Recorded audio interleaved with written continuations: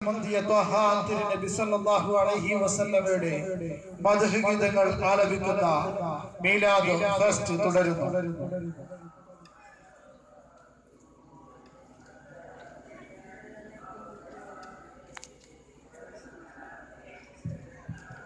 ഉസ്താദുമാരെ, കൂട്ടുകാരെ, സലാം മറക്കൽ നീട്ടി മടക്കിക്കോൾ. അസ്സലാമു അലൈക്കും.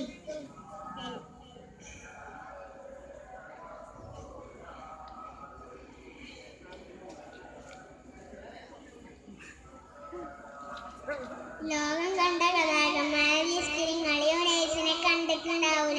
ഞാൻ വലിയ കഥാകാരനൊന്നും അല്ലാത്തോണ്ട് തന്നെ പിന്നെ ഈ സാഹിത്യ ചാൻസ് അല്ലേ, അതുകൊണ്ട് ഞാൻ കഥ പറയാം.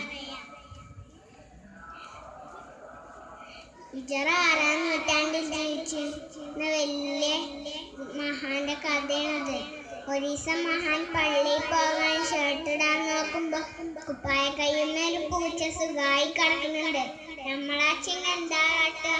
നൂട്ടം വാടി എടുത്തോട്ടെ, 5 കൊടുക്കല്ലേ. പക്ഷെ മഹാൻ അത് ചെയ്തില്ല. കാരണം പൂച്ചയെ പട്ടിണിക്കിട്ട പെണ്ണ് നരകവാസിയായത് കാരുണ്യക്കടലായ മുത്തനബി പഠിപ്പിച്ചെന്നത് മഹാൻ ഓർമ്മ വന്നു. പൂച്ചക്കുറങ്ങാൻ സൗകര്യത്തിന് കുപ്പായ കൈ മുറിച്ചു മാറ്റി മുറിക്കൈയുമായി പോയി. ഹൗ, എന്തൊരു കാരുണ്യല്ലേ! നിസ്കാരമൊക്കെ കഴിഞ്ഞ് മഹാൻ വീട്ടിലെത്തിയപ്പോഴും പൂച്ച അതിന്റെ പാട്ടിന് പോയിക്കുന്നു.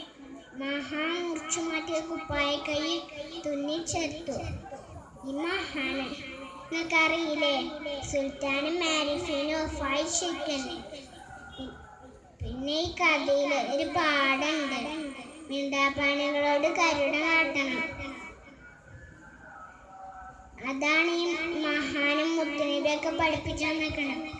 കണ്ണ് കാണുന്ന കല്ലെടുത്തിട്ട് പട്ടിനെ അറിയരുത് കേട്ടോ. അസ്സലാമു അലൈക്കും.